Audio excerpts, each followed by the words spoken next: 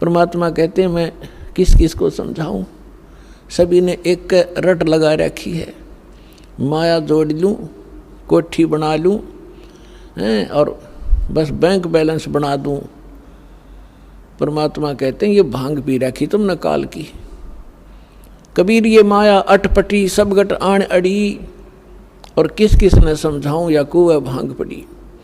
जैसे शाम के समय शराब के ठेके पर 5-4 शराबी घूटी ला कर आ रहे हों, उनकी गतिविधि और उनकी भाषा देखो, एक जैसी सबकी, एक जैसी भाषा, एक जैसी चाल, ऐसे लटखड़ाते चलेंगे और बोलेंगे तो ऊट पटांगा बकवाद करते हुए दिखेंगे। तो परमात्मा कहते हैं इस काल ने तो इस 21 ब्रह्मांड में भांग गिर रखी है बगैर तोली, और इस भांग को पिए फिर रहे सारे के सारे प्राणी। और जिसको भी ज्ञान की चर्चा की जाती है न्यों का किसी ने देखा फिर देखेंगे, फिर के देखा कल मृत्यु हो जाएगी, खाक देखेगा फिर। परमात्मा कहते हैं काल करे सो आज करे, आज करे सो अब, और पल में प्रलय हो जाएगी, फिर करोगे कब। अब यहाँ की व्यवस्था बता रहे हैं परमात्मा कि पतझड़ आवत देख कर बन रोवे मन माही, ऊंची टहनी पात थे वो आज पीले हो जाही। पात जड़नता यूं कहे सुन भई तरवर राय, अब के बिछुड़े नहीं मिले न जाने कहाँ गिरेंगे जाए। तरवर कहता पात से सुनो पात एक बात, यहाँ की याहे रीति है एक आवत एक जात। पुण्यात्माओं परमात्मा ने ना जाने कितने उदाहरण दे दे के हमारी यह भांग उतारनी चाहिए। अब क्या प्रमाण देते हैं कि जैसे पतझड़ के दौरान सभी वृक्षों के पत्ते पीले होकर झड़ना शुरू हो जाते हैं और सभी गिर जाते हैं, और तुरंत ही कोपल फूट आती हैं, और 10, 15, 20 दिन में वो फिर पत्ते बनकर 1 वर्ष वो फड़ करके मस्ती मार लेते हैं, और फिर बीच में भी आंधी तूफान से टूट जाते हैं, और समय आने पर तो सब ने गिरना ही गिरना है। तो यहाँ परमात्मा याद दिलाते हैं कि पतझड़ आवत देख के जब प्रलय होगी सभी विनाश में आएंगे। तो यहाँ बता रहे हैं पतझड़ आवत देख के बन रोवे मन माही, ये ऊंची टहनी पात थे आज पीले हो जाही। अब जैसे हम बूढ़े हो गए, हमारे सफ़ेद बाल हो गए, सफ़ेद बाल हो गए तो ये समझ लो टिकट कटन वाली है, कट जायु कर दे। तो इसलिए ये प्रमाणित हो गया है कि अब अपनी तैयारी पकड़, भक्ति कर। फिर क्या बताते हैं कि पात झड़नता यूं कहे सुन भई तरवर राय। अब जैसे कोई बड़े पूरे परिवार में कोई सदस्य बीमार हो जाता है, रोगी हो गया, असाध्य रोग हो गया, और डॉक्टर ने बता दिया 10 दिन का मेहमान है या 1 महीने का मेहमान है, उस समय उसकी क्या स्थिति होती है। रिलेटिव आकर इकट्ठे होने लग जाते हैं, परिवार के सदस्य भी आसपास बैठ जाते हैं। तब वो खुद सोचता है कि अब के बनेगी, मेरे साथ कहाँ जाऊंगा। तो यहाँ उदाहरण दे रहे परमात्मा के पात जड़नता यूं कहे सुन भई तरवर राय। हे वृक्ष, यानी वृक्ष समझो एक परिवार, एक पत्ता टूट कर जा रहा है वो सदस्य परिवार का, और वो खुद कह रहा है कि ना जाने कहाँ गिरेंगे जाए, अब के बिछड़े फिर नहीं मिलेंगे, ना जाने कहाँ गिरेंगे जाए। तो फिर जो कुल के लोग बैठे होते हैं वो एक सांत्वना दिलाते हैं, और क्या कहते हैं, भाई यहाँ तो सब ने ही मरना है, ना कोई रहा 2 दिन आगे पीछे, भाई ये तो सब ने ही जाना है, परमात्मा का विधान है, चिंता ना कर, जो होनी थी होगी। बस इतना संतोष देकर हम उसका दिल डांटते हैं। ऐसे ही उदाहरण दे रहे परमात्मा कि वृक्ष कह रहा है, वो तरवर कह रहा है, तरवर कहता पात से सुनो पात एक बात, यहाँ की यह रीति है एक आवत एक जात। दादा मर गया, पोता पैदा हो गया, 50-60 वर्ष वो पोता नाच कूद लेगा, फिर वो मरेगा, उसका पोता तैयार हो गया। तो परमात्मा कहते ये क्या जीवन है तुम्हारा, तुम इसी को फाइनल मान लिया। इसका एक विकल्प है, अभी तक नहीं था, अब इसका अल्टरनेट प्राप्त है, फिर इसको ग्रहण करो। जब तक हमारे साथ धोखा हुआ सो हुआ, अब तो सतर्क हो जाओ। ये जीवन नहीं है, ये संसार ठीक नहीं है, ये आपका नहीं है। काया तेरी है नहीं, ये माया कहाँ से हो, चरण कमल में ध्यान रखो हो, इन दोनों को खो। जब तेरा शरीर तेरा नहीं, मूर्ख तो कोठी और बंगलो नारी बैंक बैलेंस ना अपना क्यों करमान बैठा, या बुद्धि कहाँ भ्रष्ट हुई तेरी। जब काया तेरी है नहीं, ये माया कहाँ से हो, चरण कमल में ध्यान रखो, भगवान की भक्ति करते रहो। तेरे पास माया है, इसको सदुपयोग कर, इसका अहम मत बना, इसमें ममता मत रख, या तेरी नहीं है। ऐसे समझ ले जैसे होटल में जाकर रेस्टोरेंट में कोई सेठ व्यक्ति रह रहा है, वहाँ की कुर्सी मेज पलंग टीवी सारा कुछ उपलब्ध है, आपको एसी लगा है, कूलर लगे हैं, पंखे लगे हैं, ट्यूब हैं, आप उनको प्रयोग कर रहे हैं, करते रहो, क्योंकि आपका जो रेंट लग रहा है किराया चलते समय आपका नहीं है। वो कदे उन कुर्सियाँ ना अपने समझ बैठे और उस टीवी ने ठा के चालन दे, कोई नहीं जान देगा वहाँ से। तो ऐसे ही संसार में रहिएगा आप एक होटल की तरह, जैसे होटल में आप रह रहे हो उसी सुविधा आपको प्राप्त है, लेकिन जो मूल उद्देश्य है आपका उस होटल में रहने का, वो मत भूलिए। होटल में कौन जाता है रेस्टोरेंट में? जैसे व्यापारी लोग गए दूर देश में जाकर वहाँ होटल में धर्मशाला में कमरा किराए पर ले लिया, वो उद्देश्य क्या उनका जाने का? क्या उन कुर्सी मेज पलंगों पर लेटा रहने का थोड़ा ही है। उसका उद्देश्य है कि मैं बिजनेस करूं, अच्छा सौदा खरीदूं और बेचूं और धनी होकर के लाभ प्राप्त करके मैं धनी बनकर वापस लौटूं। तो जो सेठ साहूकार जो पूंजी लेकर गया था, उस पूंजी से उसने सौदा किया और दुगने तिगने चुगने करके अपने घर पे आ गया, तो साहूकार कलाया। और उसका दूसरा साथी उतने पैसे पूंजी लेकर गया था, वो सारा दिन मस्ती मारता रहा, घुटी छुटी लावर सो जावे, और उन सारे सोफे और पलंग को अपना मान बैठा हो नशे में। जब उसकी पूंजी नष्ट हुई जो ले गया था सौदा करने के लिए, तो उसके बाद उसको धक्के मारकर बाहर निकाल दिया गया रेस्टोरेंट से, क्योंकि वो कंगाल हो गया। और जो उद्देश्य लेकर गया था वो किया नहीं, तो वो फिर मजदूर लगता है आके किसी साहूकार के। इसके विषय में परमात्मा हमें याद दिलाते हैं, ये सौदा फिर नाही संतो, यो सौदा फिर नाही,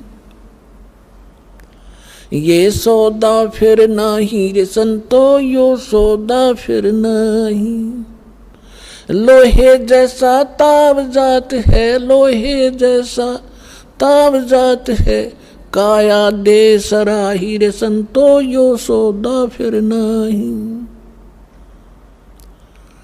3 लोक और भवन चतुर्दश, 3 लोक और भवन चतुर्दश, सब जग सौदे आही रे संतो, यो सौदा फिर नाही।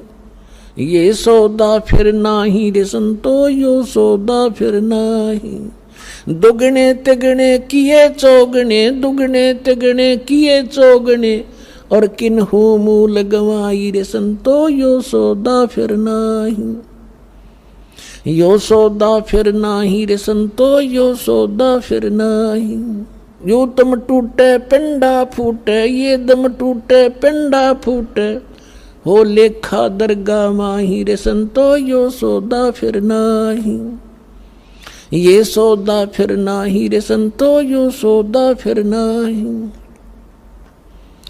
जा दिन की मोए डरनी लागे, जा दिन की मोए डरनी लागे, लज्जा रे अकनाही रे संतो, यो सौदा फिर नाही। यो सौदा फिर नाही रे संतो, यो सौदा फिर नाही। फिर बताते हैं कि कुल परिवार तेरा सकल कबीला, पुर कुल परिवार तेरा सकल कबीला, मसलत एक ठराही रे संतो, यो सौदा फिर नाही। बांध पिंजड़ी आगे धर लिया, बांध पिंजड़ी आगे धर लिया, फिर मरहट में ले जाई रे संतो, यो सौदा फिर नाही। यो सौदा फिर नाही रे संतो, यो सौदा फिर नाही। अग्नि लगा दिया जद लंबा, अग्नि लगा दिया जद लंबा, फूक दिया उस ठाई रे संतो, यो सौदा फिर नाही।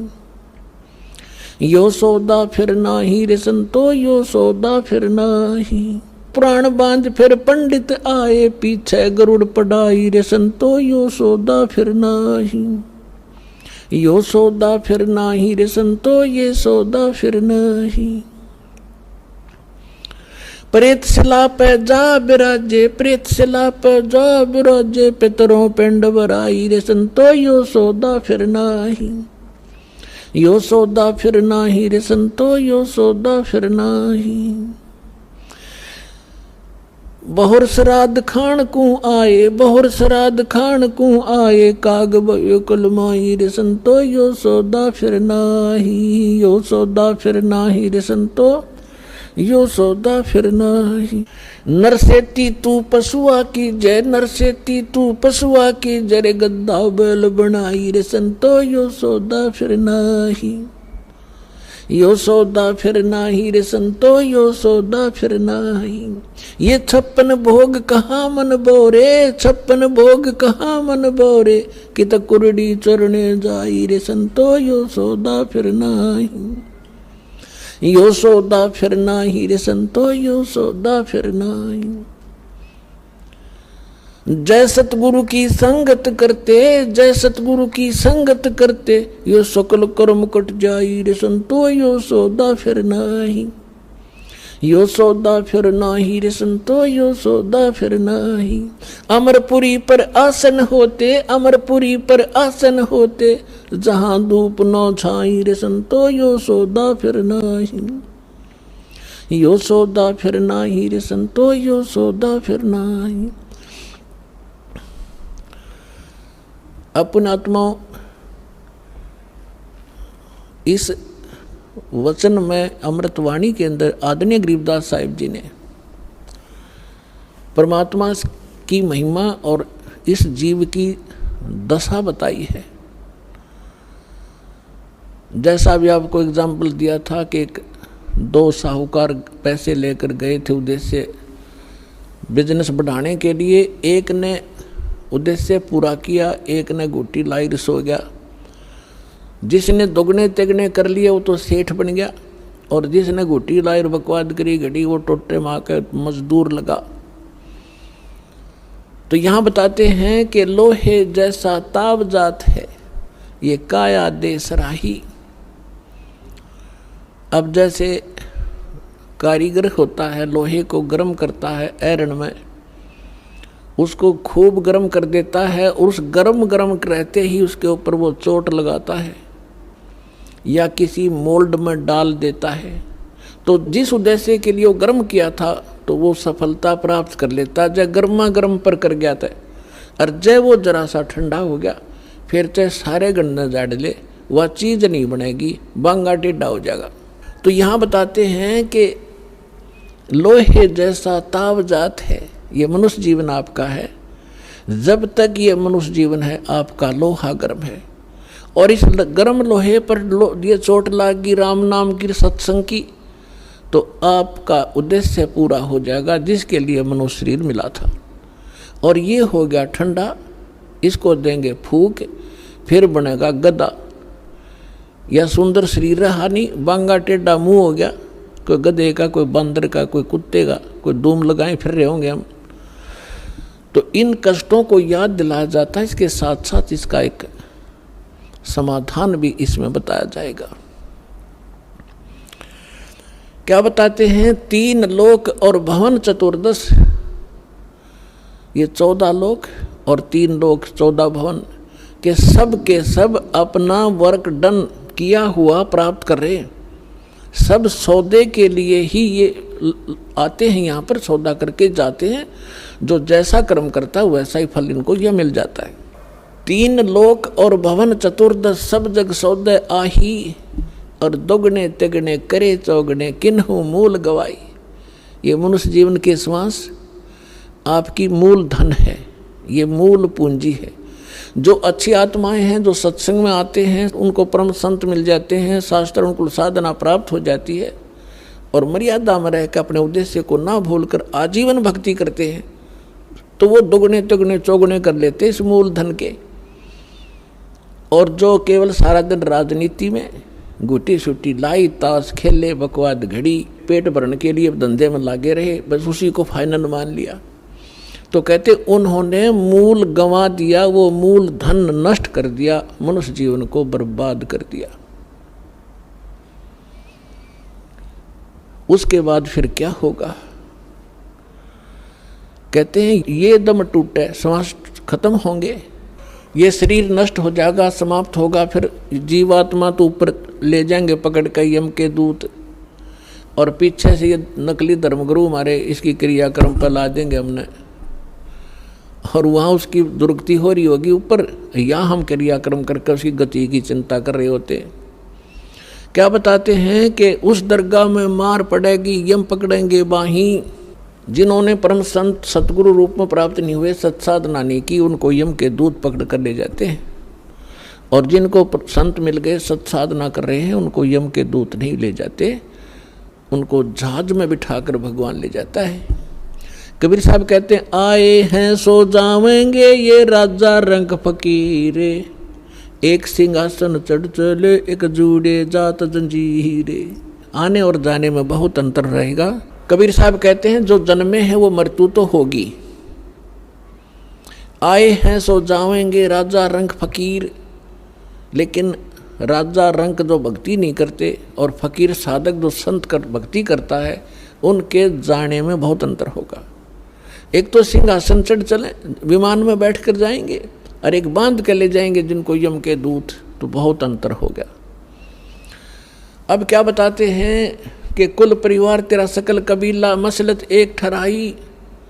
जब आपका शरीर पूरा हो जाएगा, श्वास छूट जाएंगे, जीव निकल जाएगा, तो आपके अंतिम संस्कार के लिए आपके कुल के लोग तुरंत एक राय कर लेंगे, उठाओ जल्दी और फूको, फाइनल करो इसको। कुल परिवार तेरा सकल कबीला मसलत एक ठहराई, सब ने एक सलाह बना ली, और बांध पिंजड़ी आगे धर लिया मरघट में ले जाई। अग्नि लगा दिया जद लंबा फूक दिया उस ठाई। अब शरीर का तो कर दिया काम। अब क्या शुरुआत की? गुरुजी आए, कहते हैं पुराण उठा के, फिर पंडित आए, कहते गुरु पुराण का पाठ कराओ इसका। परमात्मा कहते हैं जीव चला गया, माटी फूक दी, अब क्या रहेगा तुम्हारे पल्ले? अब गुरुड़ पुराण का पाठ कराते हो, उसको कौन सुनेगा? थारे गुरुड़ पुराण ने। और क्या लिखा उस गुरुड़ पुराण के अंदर? गुरुड़ पुराण को अगर पढ़ाना था तो उसके जीते जी पढ़ाना चाहिए था। जैसे गुरुड़ पुराण के अंदर लिखा हुआ है कि जब ये प्राणी शरीर छोड़कर जाता है, और जिसने भक्ति नहीं की होती, दान धर्म नहीं कर रखा है, यम के दूत पकड़ कर ले जाते हैं, और आगे फिर उसको भंडारे चल रहे होते हैं, और उसको नंगे पैरों घसीट कर ले जाते हैं। उसको भूख लगी है, प्यास लगी है, और वो देखता है सामने, और यमदूतों से कहता है मुझे खाना खा लेने दो। वो कहते हैं नहीं, तेरे लिए अलाउड नहीं है, पहले धर्मराज के पास चल, फिर पूछेंगे अगला तेरा क्या हिसाब किताब करना उन्होंने। तो ऐसी दुर्गति होती है। फिर गुरुड़ पुराण में बताया जाता है जिसने ऐसे कर्म किए उसका हाथ कटा, जो ऐसे कर्म करता वो अंधा होता है, जो ऐसे कर्म करता है उसको उसका बेटा मर जाता है। तो परमात्मा कबीर जी कहते हैं कि तुमने वो गुरुड़ पुराण उसको पहले पढ़ाना चाहिए था, ताकि वो बुराइयां बचता और पाप कम करता, भगवान भज लेता, डरता। अब वो गदा बनने की तैयारी करे, तुम गुरुड़ पुराण पढ़ाने लग रहे हो वहाँ पर। सारे उल्टी रीति। अब क्या बताते हैं परमात्मा कि प्रेत सला पर जा विराजे पितरों पिंड भराई, और बोर श्राद्ध खान को आई फिर काग भय कलमाही। अपने आत्माओं, इन हमारे धर्म गुरुओं ने हमारे को सारी उल्टी पढ़ाई पढ़ा रखी है, जो कति हमारे भट्ठा बठान की। इन्होंने सदग्रंथ भी ढंग से नहीं समझे। अब देखो हमारे सदग्रंथ क्या है, जैसे जंगल है वन, और वन के अंदर हर तरह के पौधे होते हैं, हर तरह की बूटियां होती हैं, जो उसमें सबका वर्णन है, सबकी। जैसे कोई औषधियों की बुक है, उसमें प्रत्येक बूटी का डिफाइन कर रखा है, ये इसका ऐसा रंग है, ऐसे पत्ते हैं, इतनी हाइट होती है उसको, वो और काम किस में आती है वो भी लिखा होता है। तो उसमें ऐसी जड़ी बूटियाँ भी होती हैं जो हानिकारक भी होती हैं। तो इन्होंने हानिकारक सेलेक्ट कर रखी है इन ग्रंथों से, और इनमें और भी वर्णन कर रखा है कि ऐसा करने से सारा काम निमट जाएगा।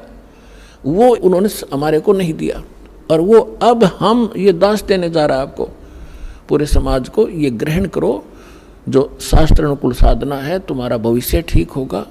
और यहाँ से जब जाओगे परमात्मा के विमान में बैठ कर जाओगे, ऐसी साधना दास आपको बता रहा है। अब जो प्रसंग चल रहा है कि कहते हैं अब यो आसौज का महीना आ गया। इस आसौज के महीने में इन्होंने 16 दिन सेलेक्ट कर रखे। 16 दिन सेलेक्ट कर लिए, मौज से लेकर पूर्णमासी तक। अमावस्या भी साथ ले लेंगे और पूर्णमासी। इन दिनों में तो इन्होंने ऐसे बना रखे महीने कि इन्हीं दिनों में कोई आठम ने, कोई छठने, कोई सातम और दूजने, पहले प्रथम ने, कोई ना कोई किसी तिथि को तो मरेगा, किसी महीने मरो। वो सिलेक्ट कर लेते हैं कि तेरा पिता आठम न मरा था, तो आसौज लागते ही आठम ने तना अपने पिता का श्राद्ध करना पड़ेगा। क्यों करना पड़ेगा? कि स्वर्ग में भूखा बैठा है। अरे भले आदमियों, वो स्वर्ग भी किसने बना दिया जिसमें पानी मिलता ना रोटी मिलती। नो कहो नरक में जा लिया। अब यहाँ क्या बताना चाहते हैं कबीर साहब ने हमें हर तरह से समझाया है। रे भोली सी दुनिया सतगुरु बेन कैसे सरिया, रे भोली सी दुनिया सतगुरु बेन कैसे सरिया। अपने लला के बाल उतरवावे देख के चीना लग जइया। अपने लला के बाल उतरवावे देख के चीना लग जइया। एक बकरी का बच्चा लेके उसका गला कटैया, रे भोली सी दुनिया सतगुरु बेन कैसे सरिया, रे भोली सी दुनिया। अब सतगुरु बिना ये निर्णय कौन करे तुम्हारे को? बुढ़िया लेकर जाओगी गुड़गम माड़ी पे अपने पुत्र वधू नर पोते ने। वहाँ एक नाई बैठा होता है और हमारे गलत धारणा पैदा कर रखी है कि ये पहले बाल वहाँ कटवाओ अपने इष्ट दाम पे। और वो नाई जब बार 5 रुपया में बाल कटते होंगे ना, वो 20 मांगेगा, क्योंकि उसने पता है मजबूरी में यहाँ पे ये देंगे। सबको जल्दी होती है। तो बुढ़िया कहेगी नाई के ने ले बे नाई के मेरे पोते के बाल तार दे, माता का चढ़ाऊंगी। अब वो नाई लागे पिनान कैची ने जल्दी क्यों ना घने काटने हो ना उस दिन तक। तो बुढ़िया ने कहेगी रे ध्यान दे काचा सिर से मेरे लला का, कहते कैची लाग जाए बेटा दर्द होगा इसके। अब परमात्मा कहते हैं अपने लला के बाल उतरवावे देख कैची ना लग जइया।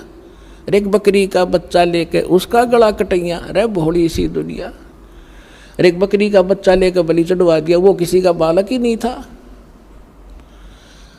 अब पुण्यात्माओं, अब बच्चे नहीं हो आप, बुद्धिमान समाज है, सदग्रंथ हमारे पास हैं।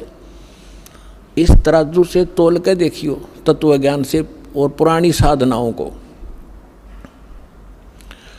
अब वो के करेगी माई, नाई के ने काट दिए बाल किते दे दिए उसके हाथ में, ले बुढ़िया जाकर चढ़ाओगी मंदिर में। मंदिर में बैठा पुजारी उसने उठा होगा और कट्टे में ठोक देगा, और सांझ ने उस बोरी ने करोड़ियाँ पे फेंक देगा बाड़ा ने, और गुना बैंक में जमा करा होगा वो, उसने बाहर ही फेंकने हैं, आप कटवा के कितना डालो, इसमें कोई बात हुई है? तो ये हमारे को डर पैदा कर रखा था। कहते देवी रूठ जा, तुम्हारा ईश रुष्ट हो जा। अब क्या बताते हैं परमात्मा,